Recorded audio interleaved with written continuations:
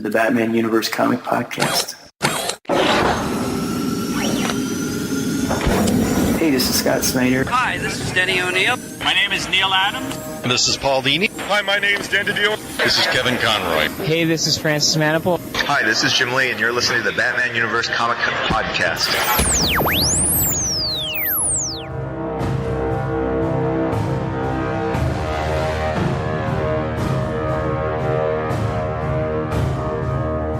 Hello, everyone, and welcome to the Batman Universe Comic Podcast, episode number 229. I am your host, Dustin, and today I have with me... This is Charlottesville, Virginia, because that's where I live, so represent. Because of the bad things that have happened. So, yeah, keep us in your thoughts there. Yes, and Ed is not with us this time around, but he is expected to be back next episode. So with that, we're going to dive straight into comic news. We have a bunch of stuff to cover. I forgot to mention, we're covering the weeks of July 30th through August 12th. We have a total of 2 books to cover in depth, and we have just a little bit of news. So let's just get into the news. So the very first thing we have is, as I mentioned on the last episode, we had a number of interviews that were conducted by Stella, and there was one by Josh that they did at San Diego. If you haven't had a chance to check out those interviews, I implore you to check those out.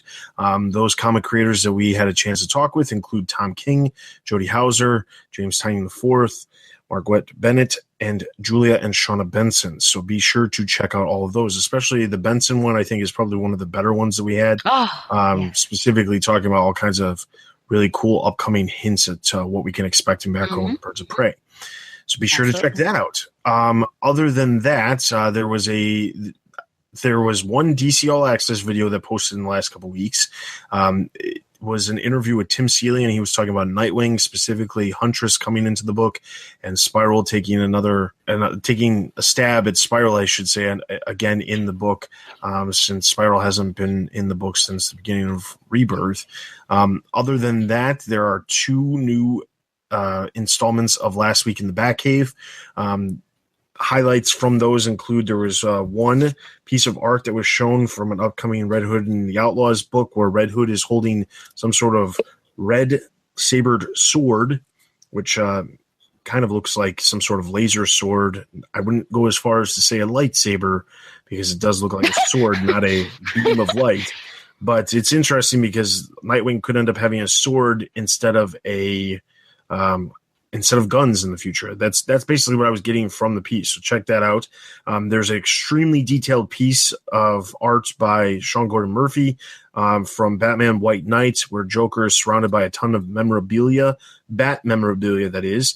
I definitely want you guys to check that one out because it is insanely detailed with the amount of work, including mini versions of the Batman the Animated Series, Batmobile, insane amount. And then finally, the one other piece of art I want to quickly mention is there's a piece of art by Dustin Wen.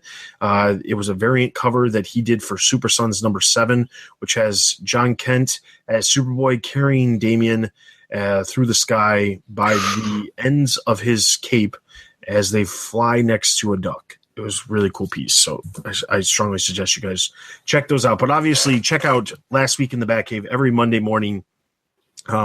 As Jessica posts up tons of all kinds of art pieces and hints and comments from comic creators that she finds out through all over the web, and then basically puts them all together in a small little article that we release on Monday mornings. So be sure to check that out.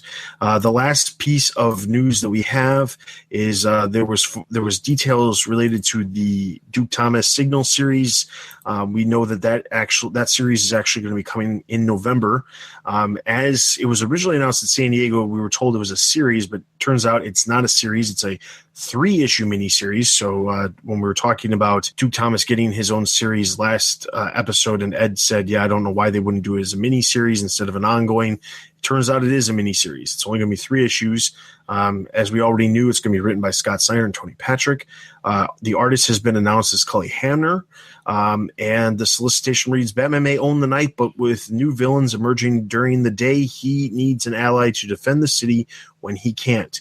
Only one teen is up to the challenge, Duke Thomas. After months of training, he is ready to step out of the shadow of the Bat and become his own kind of hero. Meet Gotham City's newest protector, the Signal.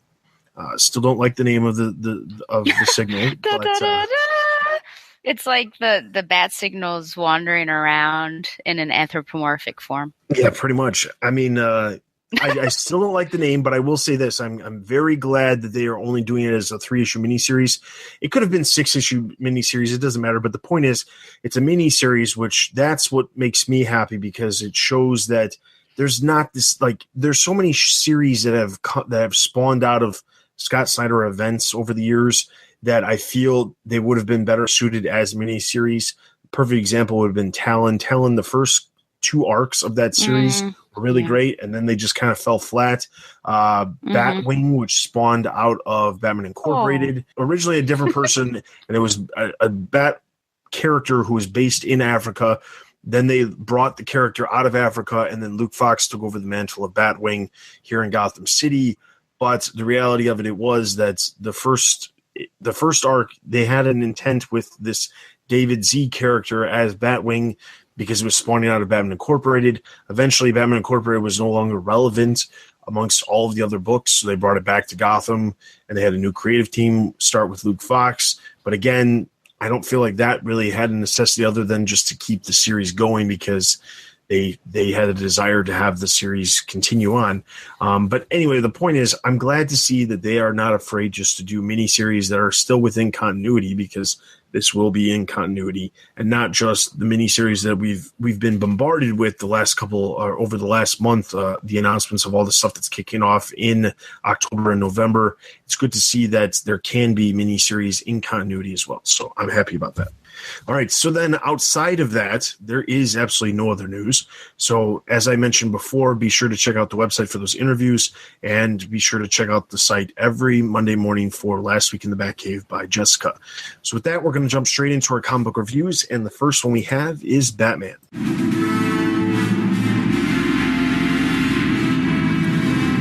This is Batman number 28, The War of Jokes and Riddles, Part 3. So we're back again in the main story, not with Kite Man, though he does make an appearance.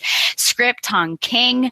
Pencils, inks, and cover, Mikhail Janine. And colors, June Chung.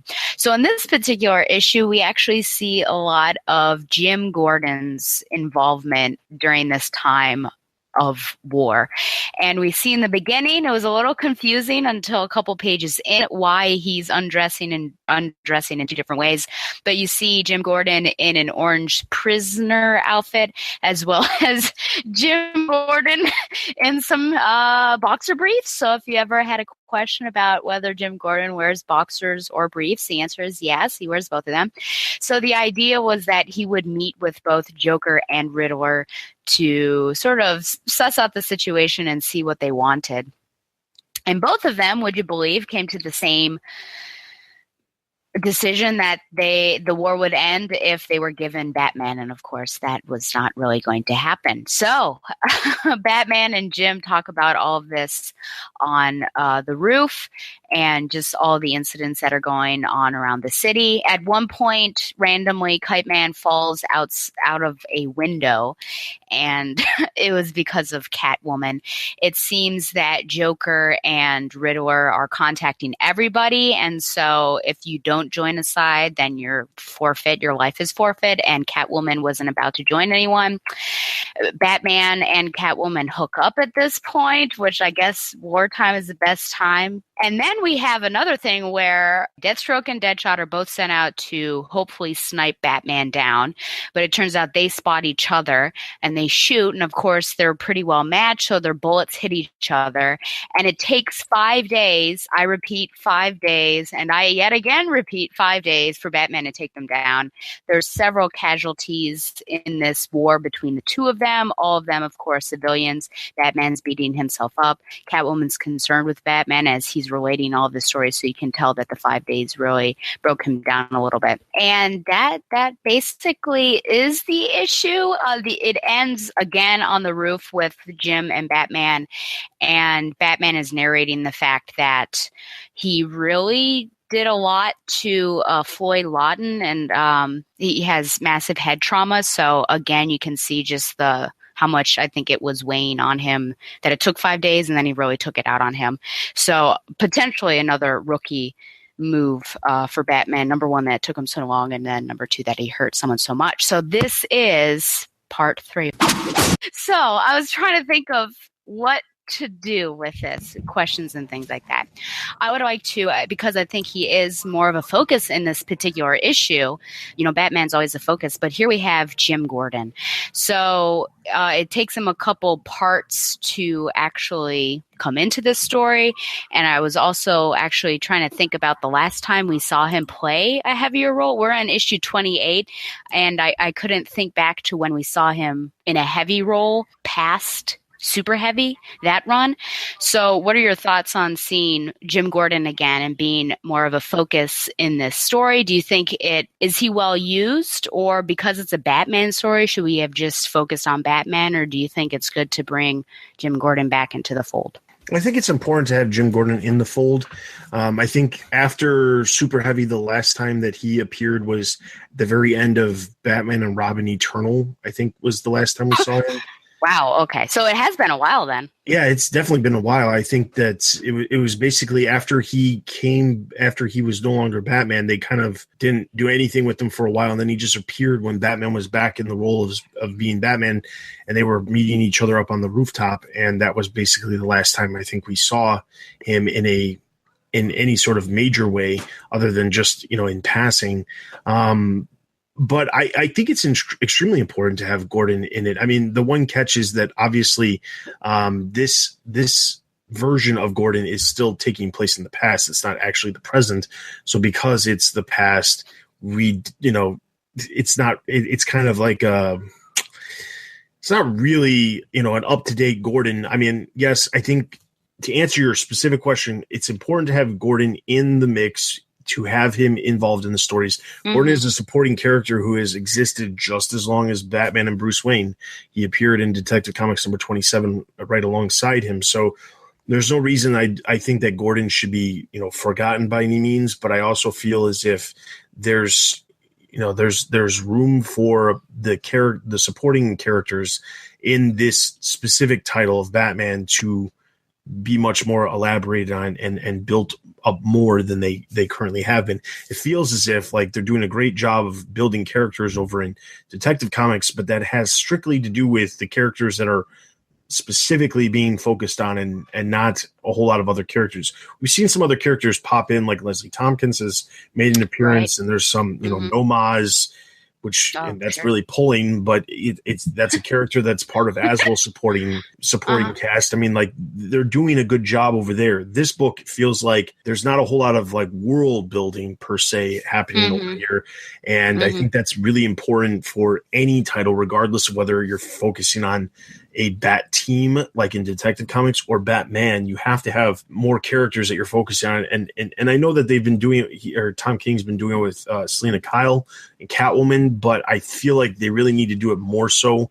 And these weird moments where they just have other characters popping in for a couple pages, just to give them a quick focus, that's not really building their characters. So. Why, as a follow-up question to you before I give my thoughts, why do you think this particular episode in the arc that they brought him in and they didn't bring him in the beginning? Out of crazy necessity. I mean, you could basically ask the same question about why did Deadshot and Deathstroke show up? True. And why like Deathstroke, who is normally perceived as a DC villain, or even more, maybe like more specific, a Teen Titans villain,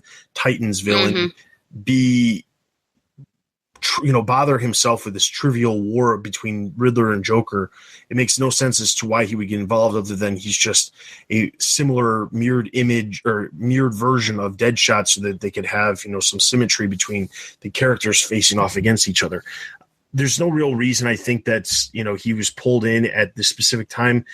Should he have been brought in earlier? Yes, definitely. Because if anything, because this is taking place during Batman's early days, they should be showing that relationship between Gordon and Batman more, because it was the early days. It can be explained why they don't talk as much now. They don't really see Batman interacting with the police all that often nowadays. But they definitely should be focusing on the relationship specifically between Gordon and Batman because it's taking place so early in Batman's career. Yeah, it is interesting because this feels like the interaction between the two of them, at least from Batman's mouth, that they've been dealing with each other for a while, which seems counterintuitive to the fact that this is early in his career, because I guess it's the first page, the bottom right panel. It says, "Do you ever listen to yourself?" He said. So this is Batman saying what Jim said. And then Batman says, "I bet you do." And then Jim says, "But honestly, pal, do you ever believe what you hear?" And I can totally see, Batman and Jim being in a great relationship 5 years later. But now it seems like there would be a different dynamic with them because I think we're sort of in that sweet spot where Batman is still mistrusted by most of the police. And I think Jim probably trusts him and is on his side, but I don't know if they've had that relationship for long enough. So there is sort of this interesting, still trying to figure out the timeline of this. We know it's early. I guess it's just so vague. And I guess maybe we're just too nerdy to want a number of, what year is this exactly? But he's making mistakes, so it's clear it's early. But then this sort of seems like they've been dealing with a lot. Hey, I love Jim Gordon, and I think, it's obviously Batman, but I think Jim is such a big part of Batman's life that we should see him more frequently. And he is, I'd say, one of the main minor characters, if we can even consider him minor. And I'm fine with characters flitting in and out, but I think he is one of the people that needs to be a mainstay. I mean, he if I'm to come, it's been a while, so I think you can forgive me this, but in Spider-Man, he's very much like J. Jonah Jameson. Like J. Jonah Jameson, I guess you could consider him a major character, but he's not Spider-Man, but yet he appears in nearly, every issue, and he's with both sides of Peter Parker's life. But here, we have someone who's very similar that should be appearing more frequently, and we haven't really seen that. And I think if he's not going to appear in Detective, then it needs to be in one of those books, and so obviously it needs to be Batman. What was my original question? Oh, just that he popped up here. I think I was shocked, I guess, that it happened now, which is why I asked why did it happen now, because it's part 3. But I was more shocked the fact that I was trying to figure out when the last time was that I even saw Jim Gordon in this book. We see him in maybe that's why, because we see him in All-Star Batman more often. Obviously he appears in Batgirl and the Birds of Prey, which I think to a certain extent, or Batgirl, which is, necessary, but it just seems very odd that he's popping up here and now. You'd think it would have been earlier, especially when the war broke out, that he would want to talk to Joker and Riddler. But all of a sudden, the war's been going on for I don't know how long, but there's been casualties already. There's been problems. I think he would have done this talking to both sides a little earlier on. So it seems like a strange time for Tom King to bring him in. He needed to be brought in, but I think earlier is my thought on that. My other question is actually about Deadshot and Deathstroke, and this is called the Battle of the Snipers. And I could, in fact, ask why they are there, but we've seen them clearly. We can tell that, I guess it was the first issue where we saw the splash page of, I guess it would be been the second part, where we saw the villains and who is on whose side. And this makes sense that they would run up against each other, but it goes on for a while. And so my question is, what do you think about the storytelling that this battle goes on for several pages? I mean, half maybe. And we also see just the breakdown of Batman in this and the fact that it took 5 days. We see the small is sort of a decrescendo and then crescendo, because they go down to small weapons and then bring it back up again, and then he breaks down and everything. What is the purpose of showing all of this? Do you think it takes up too much space, and could this have been given to other storytelling, or is this just we've noted before that Tom King really makes a splash, I think, with issue number 1, but then sort of slow down a little bit in the middle and then paces back up, and is this just another thing that Tom King is doing? Well, I think there's a very specific reason for this occurring. I don't agree with the way it's happening. I don't think that in any way this would have ever needed to, or it should have lasted this long. I feel like the police, Batman could have gotten more involved and ended this entire situation where the death toll wouldn't have racked up to where it was. Mm-hmm. But I think the whole reason it did last as long as it was is because this is playing into the idea that this is all happening because Batman, or this is why Batman feels so guilty about this whole situation, is because so many innocent people died and the death toll did get racked up, and this is why he feels guilty. So despite the fact that this is played up way more than it probably needed to be, and the fact that it lasted page-wise so much longer than it probably should have, yeah. It's clearly just building this idea that there is a significant death toll because of this war, and it doesn't necessarily have to do directly with Riddler and Joker. It could have to do with two other opposing villains like Deathstroke and Deadshot, and that's why Batman feels so guilty about this war. But I'm almost positive that's the reason why it's drawn out so long. It's just because they're trying to really drill in the idea that this is really bad, so that later on when he explains, the final death toll of this war that has occurred, he can sit there and say, and I couldn't do anything to stop these deaths, and I feel super guilty for all of this. And that's what I feel is going to end up being the ending to this, is basically all these innocent people died because of it. He couldn't figure out how to end it, even though he's Batman and he probably should have. It just feels a little too convenient that, the worst thing that ever happened is something that he at the time believes he has absolutely no control over, but he still feels super guilty about it. Like it'd be different if like he felt guilty about it and he could have stopped it.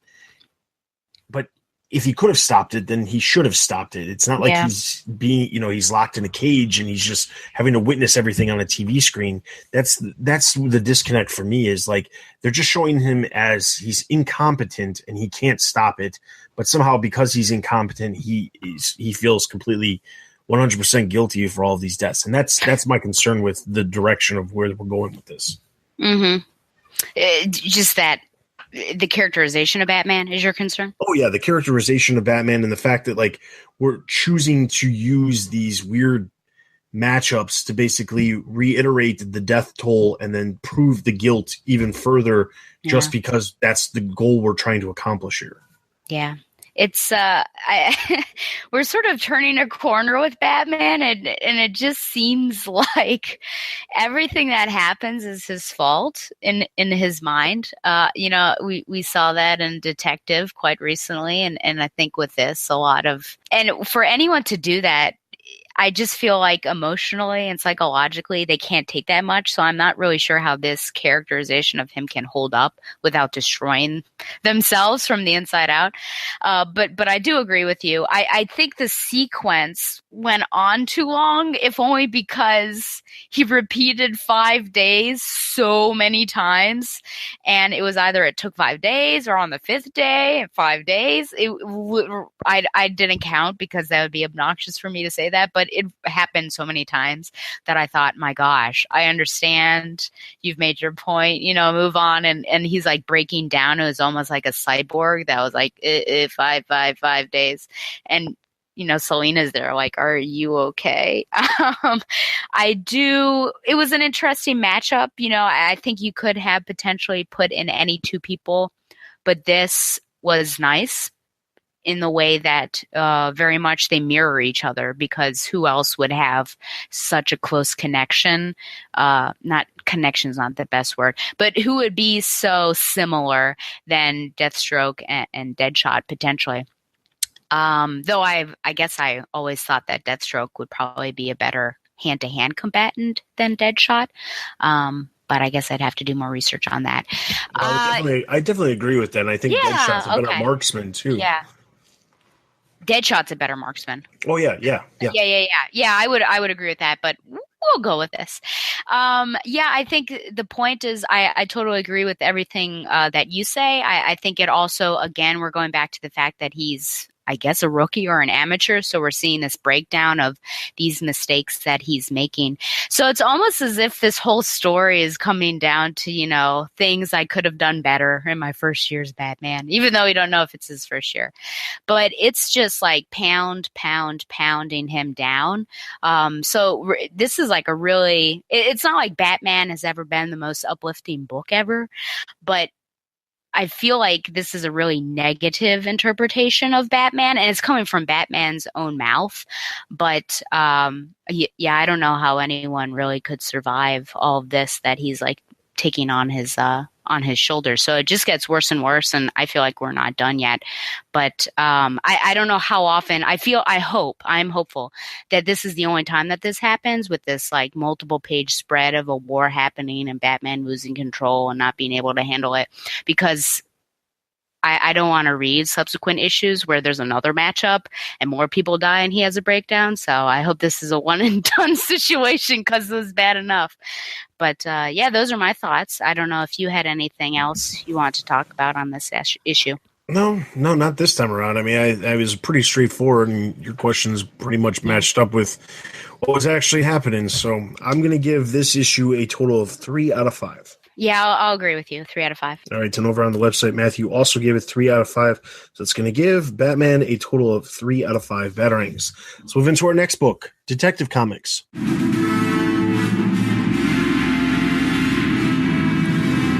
Detective Comics number 962, written by James Tynion IV, art by Alvaro Martinez. In the violent storm crashing through Jean-Paul Valley's mind, the child Ascalon continues to try to murder Jean-Paul's friends, but a gigantic figure of a Batman looms over the tempest, challenging the artificial intelligence to a fight. The Bat calls Jean-Paul to wake up, and we see through his visor Luke Fox explaining that the Bat figure is another artificial intelligence designed to give Jean-Paul's mind assistance in resisting the system of Ascalon. Luke and Batman ask if Azrael is okay, and Jean-Paul responds that he's ready to fight. In the Belfry, Ascalon's primary robot body faces Clayface defending Nomaz. Though Clayface gives it all he's got, Ascalon disables him. Before he can destroy the buildings, Zatanna and Batman arrive, and the magician makes short work of Ascalon's commandeered Batwing robots.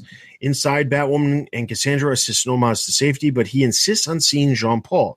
Azrael himself, however, arrives on the scene and challenges Ascalon directly. Nomaz escapes from Batwoman and Cass and rushes to where Azrael and Ascalon fight in a brutal combat, but just as he tells Jean-Paul that he and Ascalon are brothers, the artificial intelligence cuts his throat with his sword. Holding his dying mentor, Jean-Paul learns that his father, Jean-Paul Valley Sr., is the one who activated Ascalon. In a rage, Azrael punches through Ascalon's chest, allowing Luke to attempt to inject the Batman artificial intelligence. But Ascalon threatens to turn every device in Gotham to his will, destroying all the sinners there. Zatanna reveals her final card, the Gnosis Sphere. She believes that if Ascalon learns the truth of reality, he will also see the reason why Batman has chosen to fight for redemption rather than destruction. The overload of knowledge causes Ascalon to see the truth, apologize to Jean-Paul, and retreat to discover more about himself. Before he leaves, however, he tells Batman that Tim Drake is still alive. 2 days later, Batman pushes a brutally beaten but recovering Jean-Paul in a wheelchair into a cemetery to visit Nomaz's grave. Jean-Paul has asked Luke to reconfigure a version of his Azrael suit rather than stay in the Asbat's version. The two discuss Batman's artificial intelligence and weigh the weight and fury of it before Batman ponders what it means that Tim has been hidden for him for so long. In the Swiss Alps, Ra's al Ghul invites Jean-Paul's dad to join his organization and to meet their benefactor in order to see the big picture. All right, so the first question I have is Ascalon seemingly unbeatable until this Asbat's AI shows up, and then even that is not completely able to overpower him. It actually takes this MacGuffin, let's put it that way, and say that Zatanna showed up, or she didn't show up, but she obviously has been in the story, but she's only been in the story so that this could be resolved. I mean, that's at least how it feels. And of course, the one of the reasons we all assumed that when Bruce would eventually touch the sphere, he'd find out that Tim Drake was still alive. That was at least one of my assumptions from way back. Talking about all of this, he still ends up finding out, although he doesn't have to actually touch the sphere because Ascalon tells him. So it's a two-part question. The first part is it convenient that, of course, Zatanna, who just was brought in for this story arc, conveniently has this device, no matter what it is, that somehow disables and takes down Ascalon so easily, number one. And number two, is it slightly convenient that Bruce was after this device the entire time, and yet he still ends up finding out a little bit of piece of information that he would have otherwise found out if he would have touched it himself? Is it convenient? Of course it is. Now, at least she didn't pop up. So at least we had it. So Zatanna has been around, as you said, for a couple issues. I think it would have been way worse. And as, the F word that Donovan doesn't like, forced, if all of a sudden she had popped up and said, here, take this sphere. So at least it had been written in. There was past history with it, and Bruce and Zatanna in particular. So yes, it's convenient, but I think it was done well for the arc. As for the Tim Drake thing reveal, yes, that is really convenient. This one I don't accept as much, mainly because why would that truth be given to Ascalon? I felt like that sphere was attuned to whomever held it. And so whatever the person that held it wanted to know, or, questions about the future, it would be showing visions to that person. But Ascalon has no connection to Tim Drake. It's too thin of a thread to say that, well, he's connected to the Bat family because he's fighting them, and so they want to know and everything. But everyone is on the point of saying, Tim, rest in peace. Batman's the only one that has this question in his mind, that is he still out there? So it's convenient, and I don't think it makes sense. Yeah, I don't know that Batman would be, I don't know that Batman is directly looking for Tim Drake. I mean, if we go back to the version of Detective Comics that was edited before it actually released, that talked about Tim Drake still being there and not really understanding how he knew that or whatever. If we go back to that, okay, fine. It wasn't Detective Comics that was edited. Well, no, it was Detective Comics that was edited, but it was because of something that changed during the Button storyline. But the thing is, it definitely is way too convenient that this all happened. I think the problem is that this just is one of those situations where it shows that the characters that they're focusing on aren't as strong of characters, or don't have the characterization built up to support some sort of thing that doesn't appear as a MacGuffin, or isn't super convenient to wrap it all up. This specific arc, outside of the fact that it was Azrael focused, and I'm not a huge fan of Jean-Paul Valley, this arc all know. This arc really felt like it was kind of really a step down from some of the other, pretty much all of the other arcs that were written. And I know that my personal opinion is going to affect that with Jean-Paul Valley, but I feel like even the way this was wrapped up, put aside my strong dislike of the Jean-Paul Valley character, just the idea that something that, they bring in a character specifically to make a device show up to resolve the entire story arc, it just feels way too convenient. And it shouldn't feel convenient at all. It should feel like it makes sense. Now, Zatanna showed up like 2 story arcs ago, and she was just part of the team or hanging out with Batman as part of the team for a while, for whatever reason it may be, then it would have made more sense. But to have her just randomly show up because Batman's questioning magic because of the end of the last arc with Cassandra Cain and Ra's al Ghul, mind wiping Bruce, and Bruce kind of questioning that. Sure, it makes sense that she would get brought in, but then they shouldn't have had her brought in for that, but then conveniently had this device that was going to conveniently wrap up the fight between Ascalon and Azrael. But so my other quick question is, so Tim Drake's still alive. We know that the next 2 issues of Detective Comics are going to go back to focusing on Spoiler and Anarchy, and then after that, we're going to get Tim Drake. He's going to be coming back, or beginning to come back, or whatever, in 2 more issues. So like the middle of September is when we can expect that.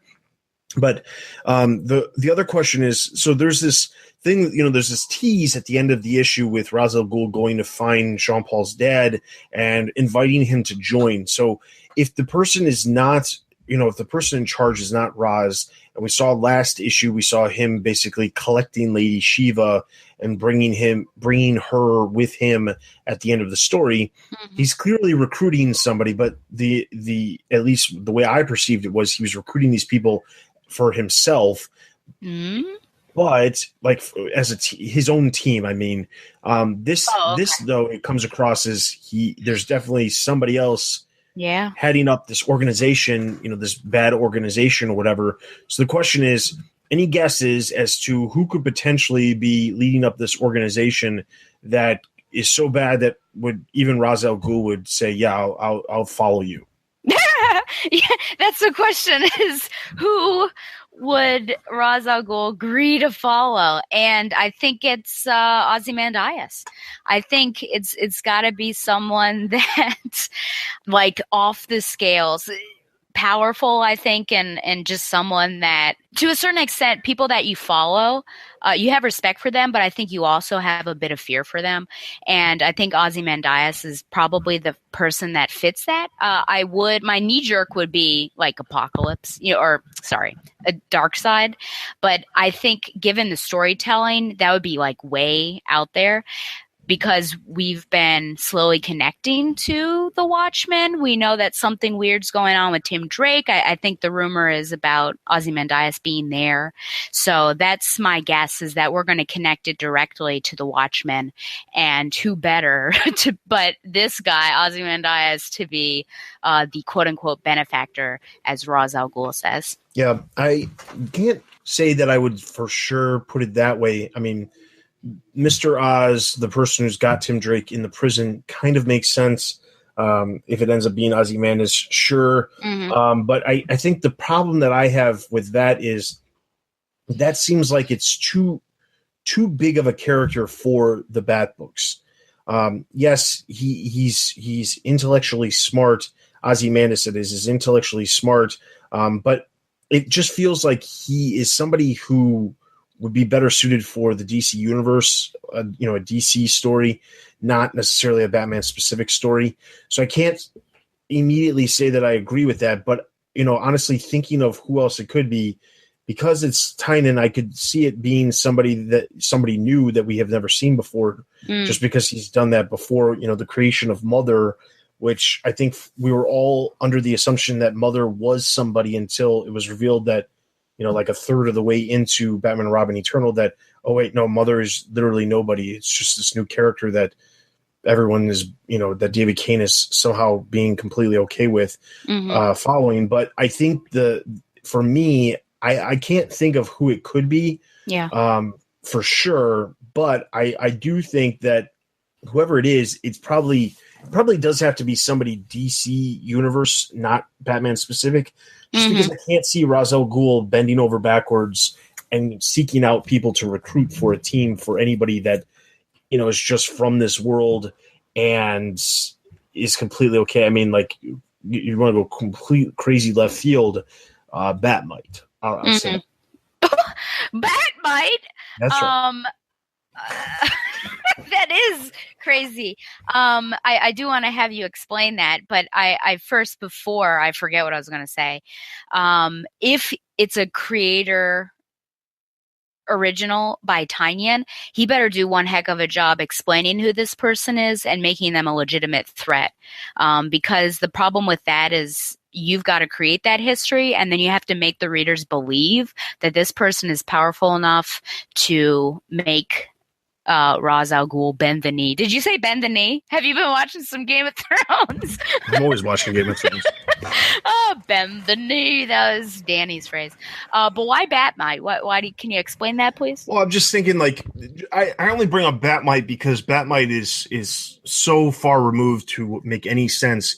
But Batmite could easily take the appearance of anybody else. Like, it could be, he could take the appearance of Darkseid, but it actually could. And I only say this because of what just happened recently in the Superman comics with Mr. Mxyzptlk, taking the form of this other version of Superman.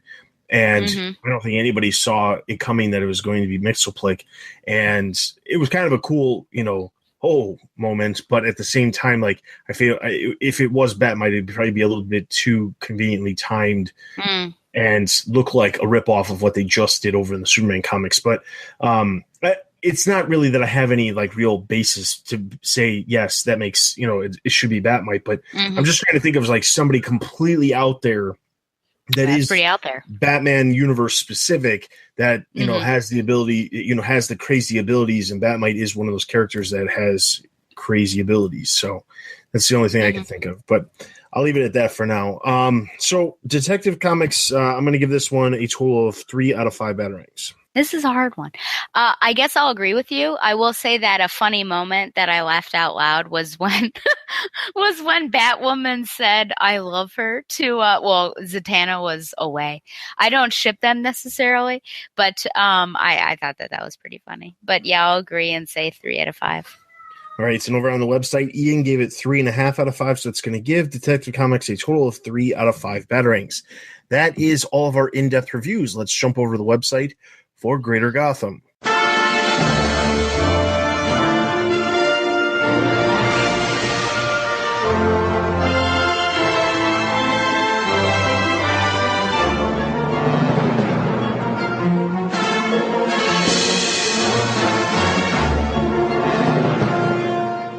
First up, on August 2nd, we had main TBU books. We already talked about Batman number 28. Nightwing number 26, Dick Grayson is reunited with Huntress as Spiral is reintroduced into his life. This is reviewed by David. He gave it 4 out of 5. I'm going to give this one a thumbs up. Thumbs up. Secondary TBU books, Bane Conquest number 4, Bane's path crosses with Catwoman's as he matches wits with Dionysus. This was reviewed by Ian. He gave it 3 out of 5. I'm going to give this one a neutral. Neutral. Main DC Universe books, Justice League number 26. The kids of the Justice League in the future are fighting to stay alive and fix the problems of their devastated world. To do this, they invade the ruins of the Infinity Court building and open a portal to the past, which deposits them in front of the very cause of the devastation, the Justice League. This was reviewed by Jim. He gave it 3.5 out of 5. I'm going to give this one a thumbs down. Abstain. Secondary DC Universe books, DC Comics Bombshells number 32, which includes chapters 95 through 97. The Bombshell versions of Hugo Strange, Poison Ivy, Harley Quinn, Reaper, and Joker's daughter all appear in the issue. Green Arrow number 28, Black Canary appears briefly in the issue along with Gotham City, hinting at what is coming in the next issue. Injustice 2 number 7, which includes digital chapters number 13 and 14. The Injustice versions of Bruce Wayne, Black Canary, Barbara Gordon, Damian Wayne, Jason Todd, Athanasia Al Ghul, Deadshot, Harley Quinn, Orca, Killer Croc, Poison Ivy, and Man-Bat, as well as Alfred's corpse, all appear in the issue. Moving into August 9th, main TBU books. We already talked about Detective Comics. Batgirl and the Birds of Prey number 13. Poison Ivy's rage threatens the birds' lives and the mission in the conclusion of Source Code. This is reviewed by Ian. He gave it 2.5 out of 5. I'm going to give this one a neutral. I'm going to give it a thumbs up, and it wasn't the strongest arc, but I will say that there's some big, not continuity, but status quo shaking events at the very end that I think it's worthwhile, which is why I give it a thumbs up. But for more, you go over to Background Oracle, and I'll be sure to review it. Yes, and just if in case you don't, what she's referring to is a certain red-headed character is sitting in front of a computer by the end of the issue. Yeah, we get rid of the poser, basically. Yes. All right, Red Hood and the Outlaws, number 13. After dying from his fight with Solomon Grundy, Bizarro is brought back to life by none other than his initial creator, Lex Luthor. However, Red Hood and Artemis are shocked by the new revived Bizarro. This is by Bill. He gave it 4.5 out of 5. I'm going to give this one a thumbs up. Oh, thumbs up. It was great. Harley Quinn, number 25. Harley throws a surprise party for Psy, which turns out to be a reverse surprise party for herself. Meanwhile, the unconquerable 25 plans a hit on Harley and all her friends. In the backup, Joker and Harley's new hideout is complete, but at a cost. This review by David. He gave it 4.5 out of 5. I'm going to give this one a neutral. Abstain. Gotham Academy second semester number 12. As the series comes to an end, Olive is freed from Amity Arkham's spirit and makes up with her friends. This review by Jerry. He gave it 4 out of 5. I'm going to give this one a thumbs up. Thumbs up, and I will miss it dearly. No secondary TBU books. Main DC Universe books. Justice League of America number 12. The Justice League of America Enter the Microverse in Search of Ray Palmer. This is by Paul. He gave it 4 out of 5. I'm going to give this one a thumbs up. Thumbs up. Titans number 14. The Titans' search for the believed traitor is interrupted by 3 Atlanteans from Garth's past. In the end, it is revealed that Omen may not be the traitor, but Nightwing might be. This is by Jim. He gave it 3.5 out of 5. I'm going to give this one a neutral. Neutral. Suicide Squad number 23. The Suicide Squad captured Killer Frost, angering Batman in the process. This is by Corbin. He gave it 2 out of 5. I'm going to give this one a neutral. Neutral. Secondary DC Universe books. Justice League Power Rangers number 5. Batman appears in the issue as well as the Red Ranger wearing a disguise of Red Hood. The New Superman number 14. The Batman of China, Robin Bot, Deadshot, Harley Quinn, and Killer Croc all appear in the issue. And then finally, TBU trades and hardcovers that were released over the past 2 weeks include Harley's Little Black Book hardcover, Batman by Scott Snyder and Greg Capullo box set number 2, Batman Arkham Clayface trade paperback, Superpowers trade paperback, Justice League of America Volume 1, The Extremist trade paperback, and Earth 2 Society Volume 4, Life After Death trade paperback. So that is all of the books that released over the past 2 weeks. Of course, if you head over to the website, all of those in-depth reviews that we, or all of those reviews that we mentioned that had ratings, they all have detailed synopses, of the actual articles, of the actual comic issues, as well as analysis for each and every one of those. So I strongly suggest that you go check those out over on the site.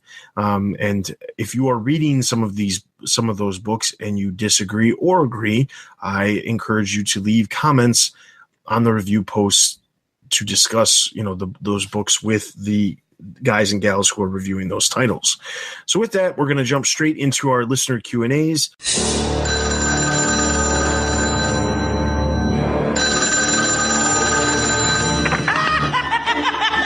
Boy, did you get a wrong number.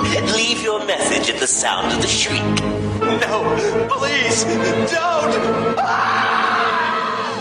And the very first one we have comes from actually one of our former co-hosts from this very podcast, the Batman Universe Comic Podcast, and it is from Zach.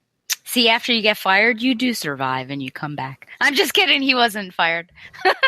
Oh, dear. Okay, anywho, before I burden you all with this belabored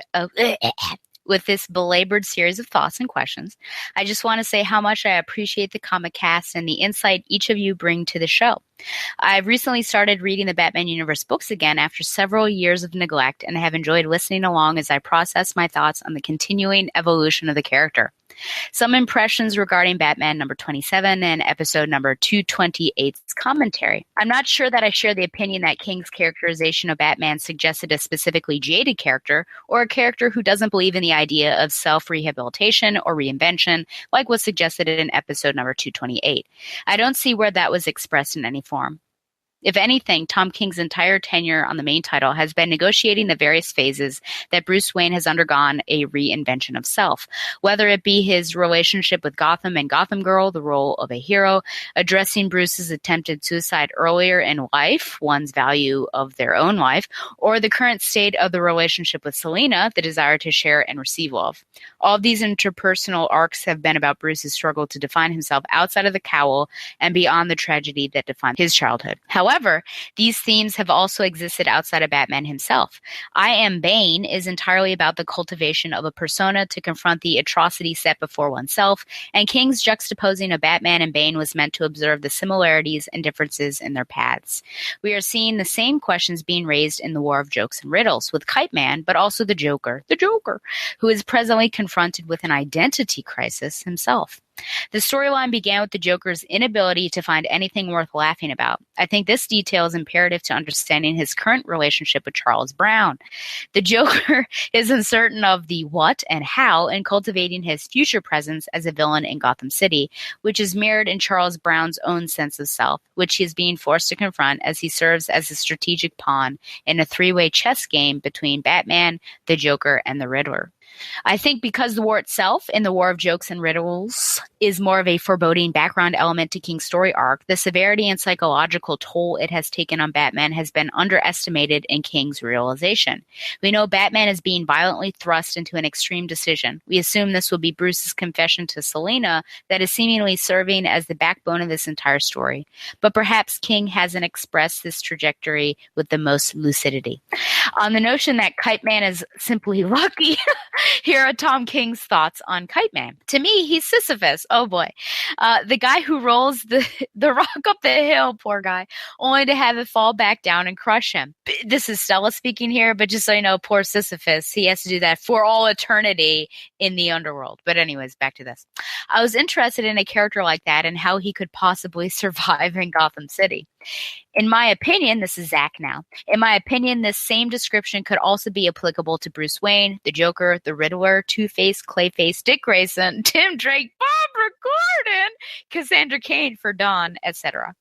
Depending on which origin you choose to adhere to, nearly every character in the Batman universe is defined by their chosen method of survival. They choose to become a hero or they choose to become a villain. What isn't chosen are the circumstances that motivate their decision. We are seeing Kite Man undergo the same decision. He's thrust into a conflict without agency. His son has been poisoned, his life has been threatened, he's becoming an alcoholic, and we are observing the how and why he chooses to become the supervillain. In this context, the reveal of Kite Man is not a moment of excitement or victory, but of great tragedy. We are watching another character fall victim to the tragic circumstances of their life and make a poor decision. I would even go so far to argue that the entire rebirth period of the Batman universe has been about reestablishing identities, reinventing characterizations, and rehabilitating continuities that were ignored or abandoned during the New 52 period. This long-winded rant leads me to ask a question that I think continuously percolates on the Comic Cast, but is never directly addressed, which is, what defines the character of Bruce Wayne? What defines the character of Batman? How do these definitions change over time and history? Should they change? What is essential? What is disposable? What can be augmented? So often the criticisms each of you have regarding a Batman story stem from these questions and how each of you reconcile and answer these questions for yourselves. I'm fascinated by this because what we are really saying is, here's why I love this character. Here's how I relate to this character. Here's what I admire or despise about this character. Perhaps the greatest thematic conceit in Grant Morrison's tenure on the Bat books was his treating Batman's publication history as the character's biography. This was great because it was all-inclusive. It said that Batman is anything and everything. He is gothic and he is also modern. He is camp and he is grit. All of these elements can exist simultaneously, and the essence of the character won't be betrayed because the character's essence has infinite possibilities. I personally think that is what makes serialized fiction wonderful, is its continuous evolution, that nothing ever has to be fixed or static. Batman's costume can be black, then blue, then gray, then purple, etc. I enjoy the variations that are created by writers and artists, but not everyone loves comics or Batman for those same reasons. Therefore, I ask, what defines Batman for each of you? Why do you love the character? Is there a definitive rendition of the character for each of you? And if so, what is it? I'll look forward to each of your responses. Okay, so you've got a lot of questions there. Let me start off by saying this. I am a firm believer that there can always be multiple versions of Batman, and I think that different versions of Batman appeal to different types of people. Specifically looking at what we're getting right now in the three main Bat books that we're reviewing here on the podcast, with All-Star Batman, which is Scott Snyder, and it's strictly basically a solo Batman title where Batman is occasionally we see other appearances from other characters from the Batman universe, not including the villains, but for the most part, it's a singular Batman story, and that's very much what Scott Snyder has told over his tenure as a Batman writer.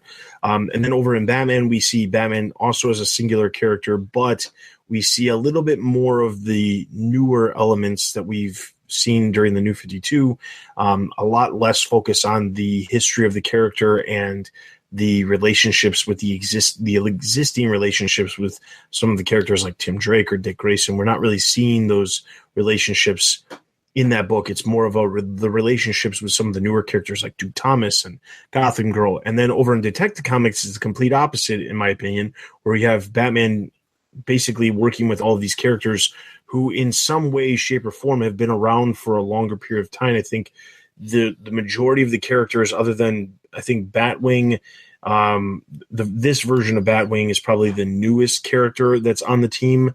Batwoman would probably be the second, but Cassandra's been around in history of the books for quite some time. Clayface has obviously been around.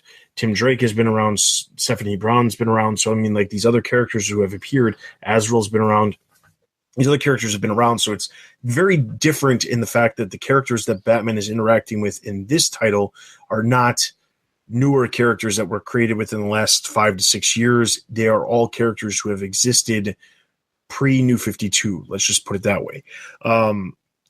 But the reason I say this is because there's 3 different versions, and you'll hear the 3 of us all talk about which titles we like more. I mean, I think we all enjoy Detective Comics probably more than the other ones, but you can still hear Ed go on and on about how he loves Scott Snyder and All-Star Batman. And then you can hear me complain about the stuff that Scott Snyder's doing in All-Star Batman. At the same time, you can hear us all, have comments and have input on what's going on in Tom King's Batman because it is so remotely different than what we are getting in Detective Comics. And I think the important thing is right now it's a great mix because there are plenty of people out there who really enjoy the newer aspects and haven't been Batman fans and don't know the extensive history of all these characters. It feels like the readers / fans of Batman who have been around pre-New 52 are really digging Detective Comics. And it's not that they're not digging other books, but Batman is continuously selling very, very well, on the sales charts. And that has probably a lot to do with the fact that it appeals towards readers that aren't so rooted in that history. But moving aside from the idea that there can be multiple versions, for me personally, I have no problem with there being a book where Batman is cracking jokes. I mean, like, it's not going to be necessarily my favorite version of Batman, but I don't have a problem with it. I mean, like, when they said that they were going to do a Batman 66, I have no problem admitting, because a lot of people look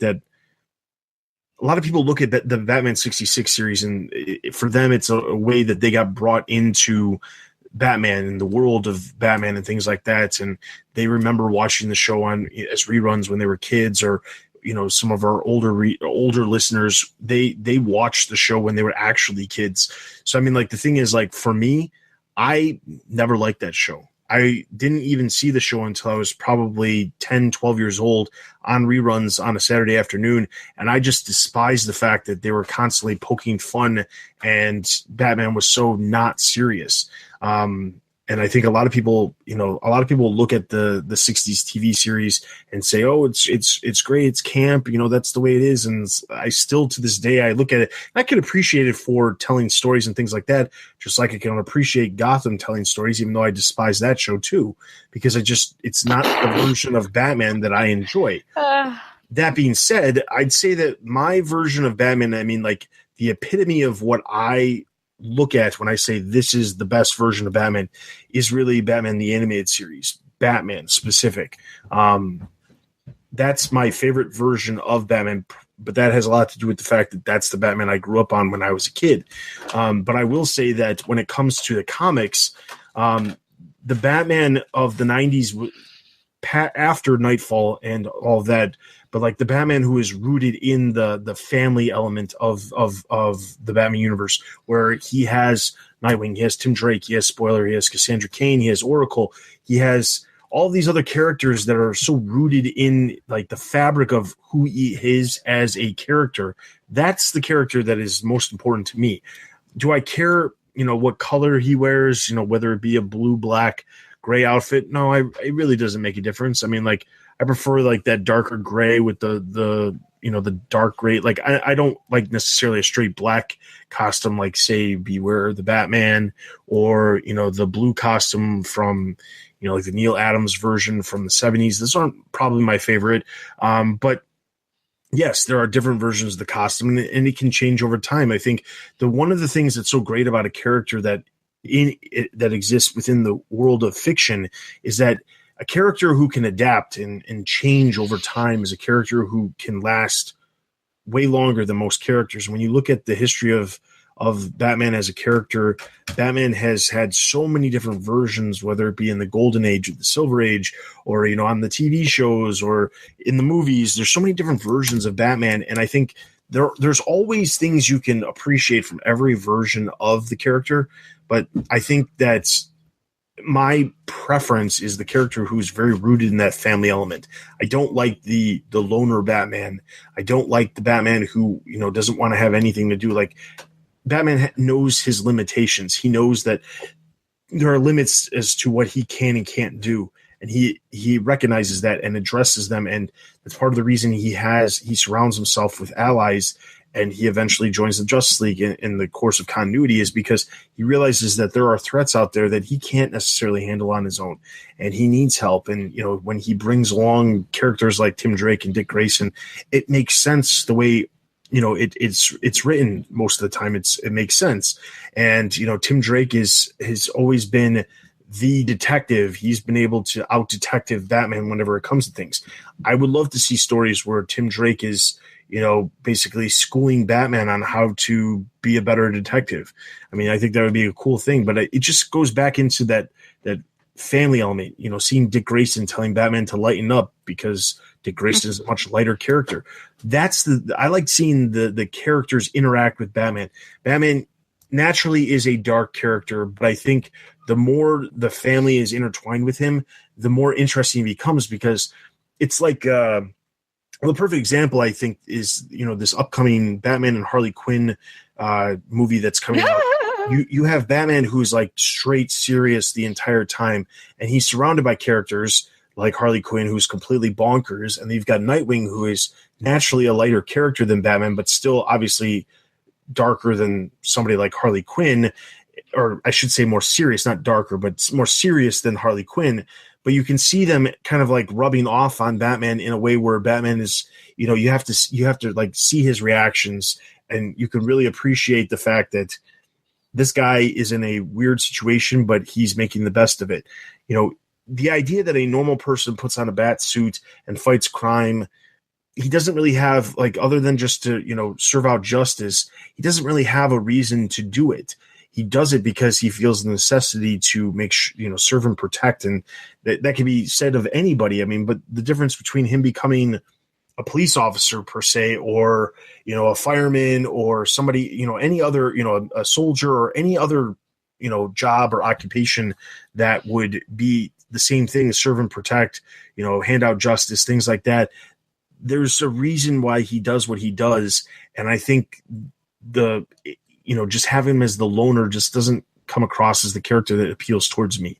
So I think the best version of Batman for me is the one that is, has that loner mentality, but still recognizes that the family element is what really does it, makes him a better person. And not to mention, you look at it from the perspective of Batman as a character who is a person who lost his family when he was a kid.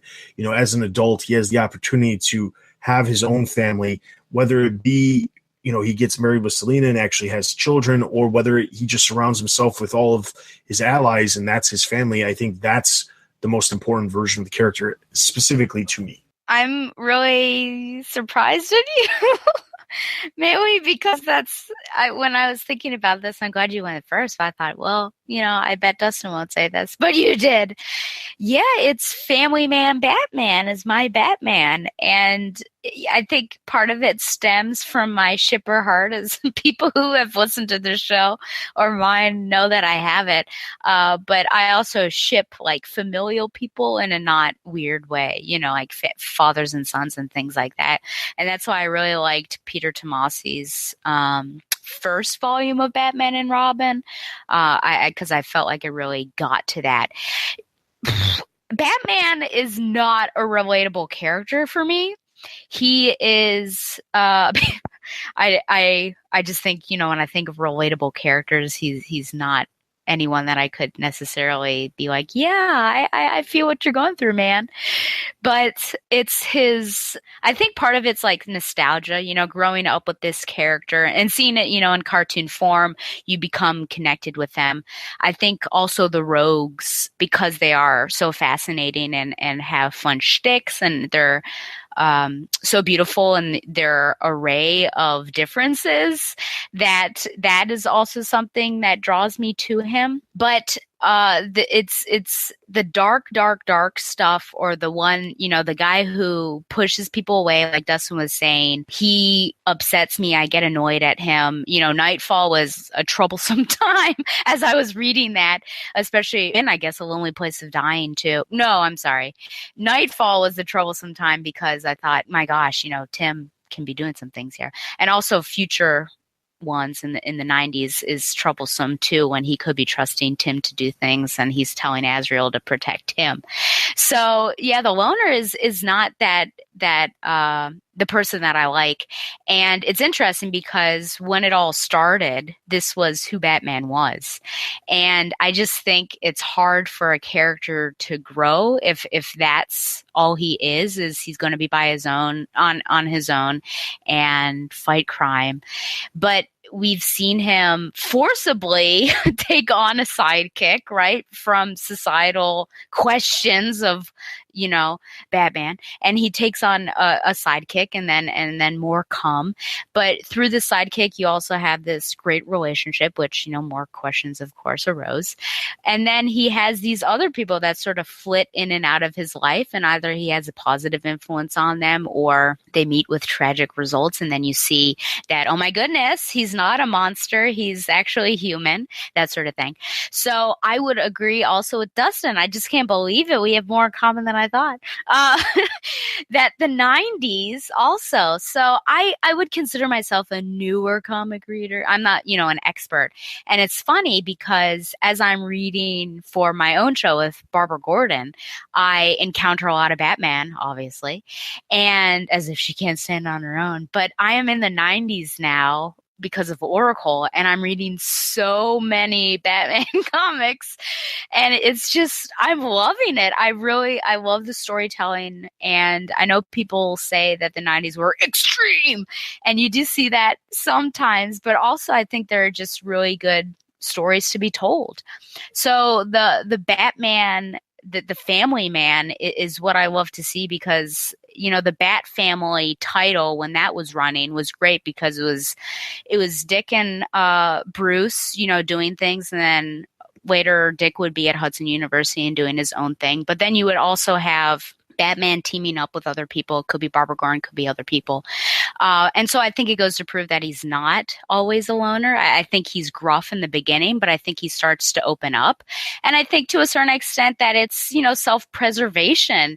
He's lost people, and so he wants to guard his heart and protect himself from being hurt again in case he were to ever lose someone else again. But there are so many beautiful moments in comics. And I think, the 90s that I've been seeing, and with Cassandra Cain, I think I've never seen or gotten as emotional reading a Batman comic as I have when I've seen Cassandra Cain with Batman, and just how he treats her and that interaction. And the hug that we talked about, right? And we had that here, and we had that in the past. The concern and the love, I think, and respect that he has for Barbara Gordon and all these other people. It's just great to see all of them together, which is why when that's not happening, when he's betraying them for whatever reason, which is why I hate the death of the family. It's just a beautiful thing, and I think it goes to show that he has grown such a great deal. So I don't think he should ever revert back to the loner. I think if he goes back there's something wrong with the storytelling, because he's grown from that. He started there, but I don't think he's there anymore. I also, besides the family man, Batman, I would also say I love the detective aspect of Batman. That's some of the best stories, I think, because everyone likes, beat 'em up issues and stories and things like that. But there are some amazing, just flat out detective stories where he is, that are really well written, where you have no idea who the villain is, and he's just gathering clues and you see his intelligence more so than his athletic prowess, and I think those are amazing as well, and goes to show you that I think a hero relies on more than his or her brawn, but also has to have intellect as well. So I think with Batman, I guess I'm starting to suss out why I like him. With Batman, I like him because he deep down, he's got a heart, and when he loves someone, I think he loves them fiercely, and he's also sort of an awkward teenager in some senses because he has trouble, I think, dealing with these feelings. So he shows them oddly, and not romantic feelings, but I think he loves Tim, obviously, and I think in trying to show that love or protect him, like, he'll basically push him away because he wants to protect him, which is the wrong thing to do there, Bruce. But it's just interesting to see him work that stuff out. So he's got the heart, he has the brains and the intellect, which he uses, and then he also is amazing because he is a human.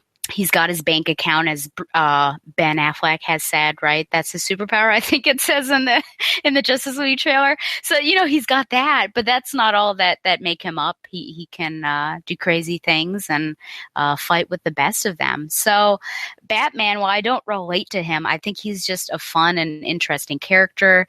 When it gets too dark, I don't like it. He's not supposed to be the bright spot of the Batman universe. I think that's Batgirl's role. Depending on the Robin, it could be Robin's role. But I think there's an even level of darkness, but it's about his relationships. I think if he were unable to relate to other people, you wouldn't see this beautiful relationship between him and Jim Gordon.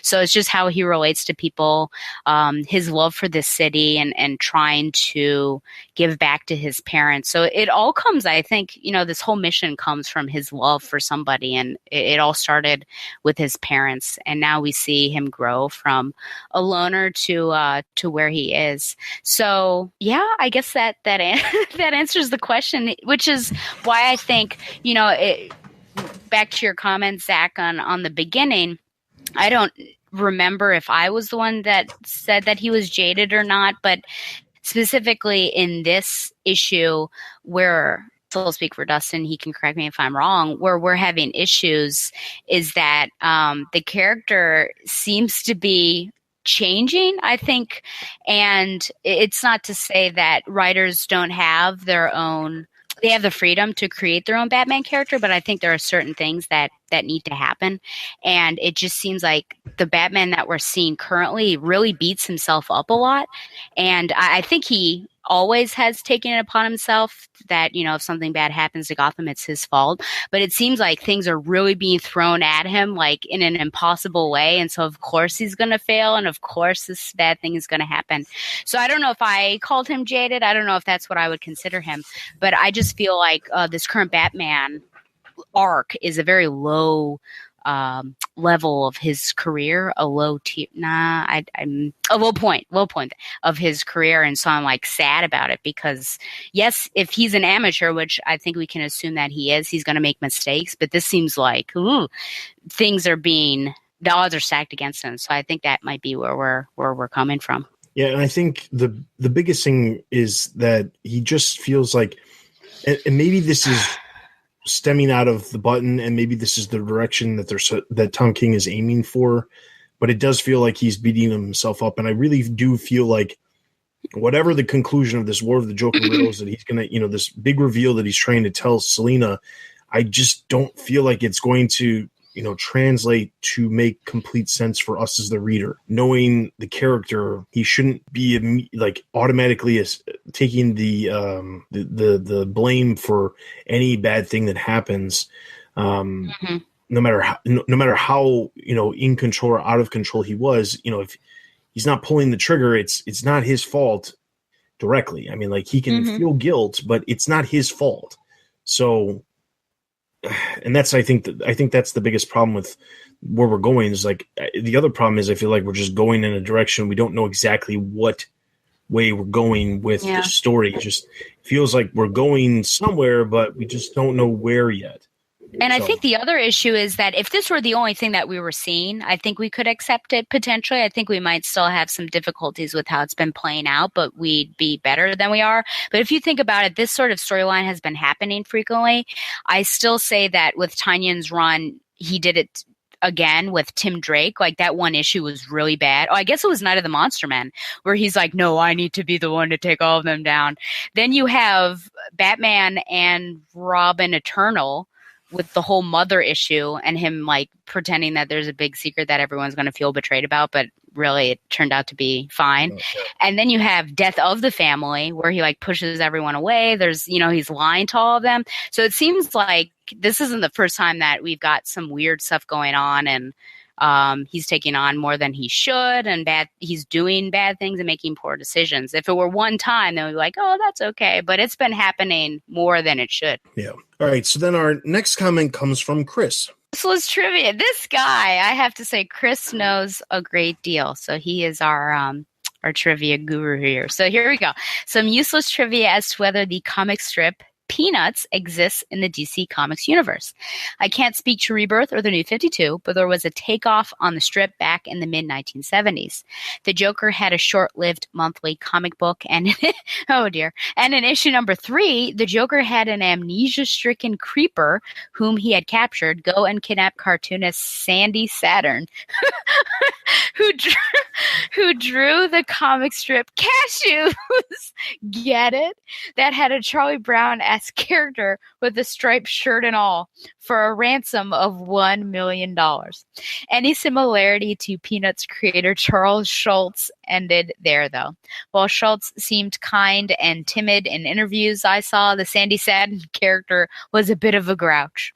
The creeper did eventually get his memory back and apprehended the Joker at the end of the story. I'll post a tweet response to the podcast with a pic of an example of the Cashews comic strip. Great show as always, and thanks for mentioning Batgirl to Oracle and Bat Books for Beginners. Yes, and he did put out a tweet, and I'll be retweeting that the day that this releases on Friday, so that any of the listeners can take a look at it. But yeah, I mean, I had no idea that cashews existed. Yeah. But there's these little bits of trivia, like Stella said, that Chris knows. So absolutely. Our next comment comes from Bill. Thanks again for another great podcast. Ed's not here. Ed, I know you love Snyder. Death of the Family Foe here. I can't believe you, Bill. You and I will have words. Death of the Family Foe here. But I think even Dustin's past comments about his control over DC Universe continuity has gotten a little out of hand with Dark Knight's Metal. Dark Knight's Metal is already off to a troubling start, with Snyder trying to make all metahumans' origins due to nth metal in their blood. It takes away from many of the best superheroes' origin stories. To say that someone is special just because they have this substance in their blood limits a lot of interesting origins and frames these origins now in a very boring light. I know he's one of their all-star writers, but this just seems way too much control that DC is giving him. Unless the story is out of continuity, has that been confirmed? Well, real quick before we go on, let me answer those two questions. It is in continuity, and they have said it's in continuity, and it's taking place right along with everything else. And the ending of Metal will somehow play into something having to do with the Watchmen / Rebirth stuff, because Snyder has said that in interviews, that this is definitely within continuity and takes place in the same universe as the current Rebirth / Watchmen stuff that will kick off sometime in November as well. So it's definitely in continuity, which in some ways frustrates me. Now I can honestly say the nth metal in the blood that has something to do with all the metahumans having their powers. I don't necessarily take as much offense to that. I'm sure there's plenty of people out there who do, but that has more to do with the fact that I'm more of a Batman universe fan than the DC universe, and the majority of Batman universe characters don't have metahuman qualities. That's not to say there aren't them, because there's definitely villains and things like that have powers, but the majority of Batman characters are not metahumans. So it doesn't really bug me that much. Now, I will say, if it does all get chalked up to anybody that has powers, it's because of the nth metal being, racing through their bloodstream. That is kind of a very strange way to explain everything. And in some ways, and correct me if I'm wrong, Stella, you probably know this a little bit more than I do because I don't pay attention to this kind of stuff. And I hate to even bring this up, but in Marvel, I'm pretty sure that exact same theory is true with all of those people that are called the Inhumans. They all have something in their blood and then they go through some sort of reaction that causes them to get their powers. Because I remember seeing it in Agents of S.H.I.E.L.D. Right. Yeah. Yeah. Currently, there's a mist that sort of went through New York and Jersey and everything. So different people will pop up in like Ms. Marvel or something that this mist hit. So yeah, there is some sort of thing innate with some people that is just dormant. And then if it comes in contact with something, then it'll give them powers. So there is that little bit there. Yeah, and I think that's part of the problem that I would have with this is it draws too much from something that already exists in a completely separate universe, and like Bill says, takes away from the idea of some of the origin stories that have already pre-existed to chalk it up to, well, this is actually because of this. That doesn't do the original origins justice, and that also has to do with my disdain for Snyder rewriting so many origins. And if this is actually true and the nth metal is the reason why everybody who has powers who's not an alien, then I would be really upset about it because they just basically allowed him to basically blanket redo the origins of so many characters. Anyway, go ahead, continue. Regarding the potential marriage of Bruce and Selina, is anyone else hoping that following their marriage, Tomasi could take on the Batman title? I feel that his amazing writing when it comes to superheroes and their family dynamics is unparalleled among DC's current writers. I've loved what Tomasi and Gleason did on Batman and Robin as well as on Superman currently. I will say this, that if Selina and Bruce do get married, I would not mind seeing Tomasi on the main Batman title. I think that he would probably be the best. I mean, we've said this before in the past. Tomasi's relationship takes, or his take on relationships within the Batman universe, whether it be father and son, whether it be son to surrogate father, like with Damian and Dick Grayson. There's a lot of interesting relationships that Tomasi has told in the pages of Batman and Robin, even going back to his time on Nightwing right before the New 52. He's done a great job with the characters, and it would be interesting, especially because like if they actually decide to go the route of Selina and Bruce actually get married, one, I've already said it, I'm good for it. I would love to see the stories that they would do, and I'd like to see it last, at least a couple years before they try to like figure out some way of undoing the marriage, not undoing it, but like having them get separated or whatever. I'd like to actually see stories with Bruce actually reflect that, because it would be interesting, it would be different. But the big thing is, like, I would love to see what could happen with the interactions between the other family members. Like, just imagine like Damian interacting with Selina, because they're both very snarky characters. Selina basically becomes his stepmom, and he doesn't even have his mom because Talia is supposed to be dead. At least that's the way it happened in Batman Incorporated. She got killed. So, there's a lot of really interesting things. And I feel like Tomasi probably would be the one writer who could play off those relationships with all the characters better than most other writers. And and nothing against Tom King, because I don't know how he could actually write the family aspect, because that's not what he's writing right now. Him interacting with Selina is really more of a, just like a, Bruce and Selina are together, but it feels like it's in some ways kind of, they're kind of just being pushed together because of the fallout of the button. So I don't really see, and on top of that, they're not really interacting with each other that much. That we see more of them. Bruce is just telling the story, and they're just kind of sleeping with each other right now. But if you go back to the 2-issue story arc that he did before, he did do a good job with that. So I'll give him credit with that story, and we all really enjoyed that. two-issue story arc with Batman and Catwoman there. But I would say that I would love to see Tomasi's take. I would also just love to see Tomasi on a Bat book in general so that we could see it. So, I mean, like, even if Selena and Bruce don't end up getting married, I'd still like to see Tomasi come in and kind of maybe, if for whatever reason Tynan ends up leaving Detective Comics for some reason, which isn't going to be anytime soon because he has said in interviews that he has the story planned through issue 1000, which is going to take him on the book through at least another 3 years, I think, before we get to issue 1000. So, if for some reason Tynan is to leave and then we are left with the family aspect in Detective Comics, I would love to see Tomasi take over Detective Comics just so that we can continue to see the interaction between the family members. That's where I'm at. I mean, I totally agree with you, Bill. Just that Tomasi, like I said, I think in my answer to Zach, that what a beautiful way to show the dynamics between Bruce and Damian, and to go from a very conflicted and tension-filled relationship to one where there was love, and I think the love showed in those panels and in those pages. And I think it would be amazing. Number one, I want this marriage to happen.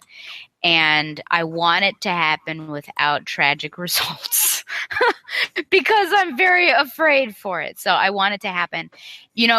Part of me wants Tom King to continue because, I mean, this is his thing. He's been from the very beginning with all this Selena stuff. So you want to give him his due, I think, and let that continue. But perhaps to create a side book, I think, would be great. And, have that continued Batman and Selena and Batman and family. I don't even know, or the Batman family. It could be a fun little thing. But yeah, I think that would be great. And I'm just hoping for the best. All right, so that is all of our listener Q&As. Real quick, before we jump into the very end of our podcast, I do have to mention that we did have, over the course of the month of July, we did have some Patreon supporters that I do need to quickly mention. So thank you, Ian, Lisa, Jerry, No Deuces, as well as Robert and Ian. Two different Ians, that is. So thank you for you guys supporting us. Also, thank you for everyone who's supporting us at a lower level, the dollar range as well. We appreciate all of our supporters that we have. Over the course of the last couple months, we've raised a good chunk of money. And I can officially say we're not going to have any issues with having funds for the foreseeable future. As far as the website goes, we're covered at least through next year, but it doesn't mean that we don't still need funds. There are plenty of other projects that we are still trying to put together. Specifically, some of the projects that your money will go to support is there's a huge push for a completely revamped website. I've been working with some people over the last couple of weeks and putting some of the initial frameworks in place for a new version of the website that is going to be extremely informative and also be completely adaptive to whatever device you use, whether it be a computer, a tablet, a mobile device. All websites now are basically mobile ready, but ours is a little bit slower when it comes to using it on a mobile platform.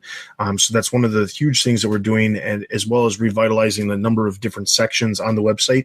Another thing that we're looking to do is to expand the amount of podcasts that we produce per week, with bringing back the Batman Universe podcast. Part of the reason that hasn't come back is we need a audio editor, which unfortunately we don't have an extra audio editor or someone to edit audio free of charge. So we'd have to actually pay someone to do that to bring that show back. And then also we're looking to launch a YouTube news show where we would be bringing you news once a week via video. And we're also looking to have a video editor for that as well. So those two things that we're wanting to add onto the website, those cost a little bit of money because we have to actually have someone do those per project or pay them per project. So because of that, we definitely still need funds coming in to support projects like that and other projects that we would like to do. We also have a number of things that we would like to do for our 10th anniversary, as far as specials, producing a number of different specials related to the Batman universe and things like that. And those obviously are going to rack up some more fees and charges and things like that, because we're going to need editors for those as well. So of course, if you feel the necessity to support us, I strongly suggest that you support us through either Patreon or give us a direct donation, a one-time donation through PayPal. You can find links to both of those immediately on the website on the homepage, both to Patreon and PayPal. You can pay with a variety of different forms of payment as well. And then obviously, if you support us on Patreon, there are certain reward levels that you get different things at different levels. Even if you can only support us at a $1 a month, that is a $1 a month is still something. And we would greatly appreciate basically anything, because your $1 just gets us that much closer to having, closer to our goal per month. So we strongly encourage you to support us, and if you are unable to support us in a monetary form, we of course would love anybody who cannot support us with money to support us by volunteering their time and skills. As I said, we're looking for an audio editor, a video editor. We're also looking for graphic designers. We're also looking for content writers, meaning anybody who would be interested in writing, not necessarily comic reviews, although if you're interested in writing reviews, we would be open to finding you a book to review on the website as well. But if you are interested in writing original content, specifically things that tie into some of the comics that come out on a normal basis, one of the things that is going to be upcoming in the next couple of weeks is Anarchy is going to be popping up in Detective Comics. So we're going to be doing a spotlight where we dive into the history of who Anarchy is as a character over the course of his presence that has existed for over 20 years as well. So that's something you can look forward to in the coming weeks. But things like that, kind of tying stuff that ties into current events in the comics and tying into the history of the Batman universe. So if you're interested in doing that, or any of the other things I mentioned, you can email me at tbu@thebatmanuniverse.net. With that, I want to encourage you to head over to the website for all the latest news and editorials from the Batman universe. As I said earlier, there's all kinds of reviews that we post on a weekly basis. Every Wednesday, you'll get all the main Batman books. On Thursday, you'll get all the Greater Gotham books. And on Friday, you will get all of the DC Universe books that we cover. Dark Knight's Metal is actually coming out this week as well. That will be actually, because it's a main DC event, we'll be publishing that on Wednesday alongside the main Bat books. So be sure to check out all those reviews. We also have reviews of other recent projects. There's a review for Lego DC Superhero Girls Brain Drain, which was a recent DVD release. We also have a revieو of the Batman Telltale series season 2 episode 1 that just also recently released. So you can take a look at those on the websites, but there's the point is we have tons of content, but we want to produce even more content for all of you listeners and readers out there who visit the site and appreciate what the Batman universe has to offer. So outside of that, I also encourage you to check out all the other podcasts we have. There's new podcasts releasing almost every single day of the week. The basic format is Tuesdays is when Batgirl the Oracle generally releases throughout the month. Wednesdays is generally when Robin Everyone Loves Drake releases. Bat Fans and Bruce Wayne's World alternate every other Thursday. And then Comic Cast release on Friday, and the weeks that the Comic Cast is off, you'll get new episodes of Bat Books for Beginners. Speaking of Bat Books for Beginners, if you haven't checked out the last episode that they released, which was episode 164, features Batman the Dark Detective, that released last week. Next week, as you're listening to this, the next episode that they will be releasing will be Year One, Batman Ra's al Ghul. The following week after that, which we will be off because of the 5 weeks in the month, or the 5 Wednesdays in the month. The following week after that, you'll get 2 weeks in a row of Bat Books for Beginners with Robin to Kill a Bird, which will release at the end of, it should be the beginning of September. So you'll get 3 episodes over the course of the month of August for Bat Books for Beginners, and then you'll get us back the next week after that. So the point is there is lots of content that we're producing, and we would greatly appreciate support for that content, but then also any help producing some of that content as well. So with that, I want to encourage you to check out all the news and editorials related to movies, TV, merchandise, video games, and of course the comics. Also be sure to check us out on Twitter, Facebook, and YouTube for all the latest news and videos. If you are listening to this on iTunes, also be aware that we have recently made all of the episodes available on Google Play. Most of the shows have already been available on Google Play for quite some time.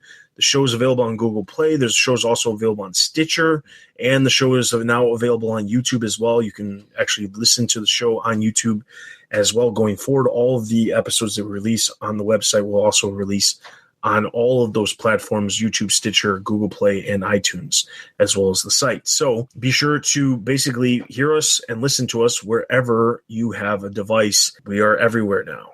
We are omnipresent. That's scary. You really are taking over the world. This was your plan. I'm trying. It's a long time coming, but I'm trying. Maybe Ra's al Ghul, maybe you're the benefactor to Roz. Maybe. I should have guessed you. All right. So with that, be sure to also leave us comments on the website for the next episode. If you leave comments, let's say on YouTube, I'll try to feed those in, or if you leave us comments on Facebook or Twitter, I'll try to feed those into the website. But one of the other things that we're trying to do with the new version of the website is to kind of incorporate all of those different social media sites into the comments section as well. So that's just another thing to look forward to. But in the meantime, leave your comments on the episode post on the website, and we will read those comments on the next episode. So with that, that is everything for this episode. This is Dustin. Be nice to people, love each other, hashtag Charlottesville. This is Stella. You have been listening to the Batman Universe Comic Podcast. We'll see you guys in 3 weeks.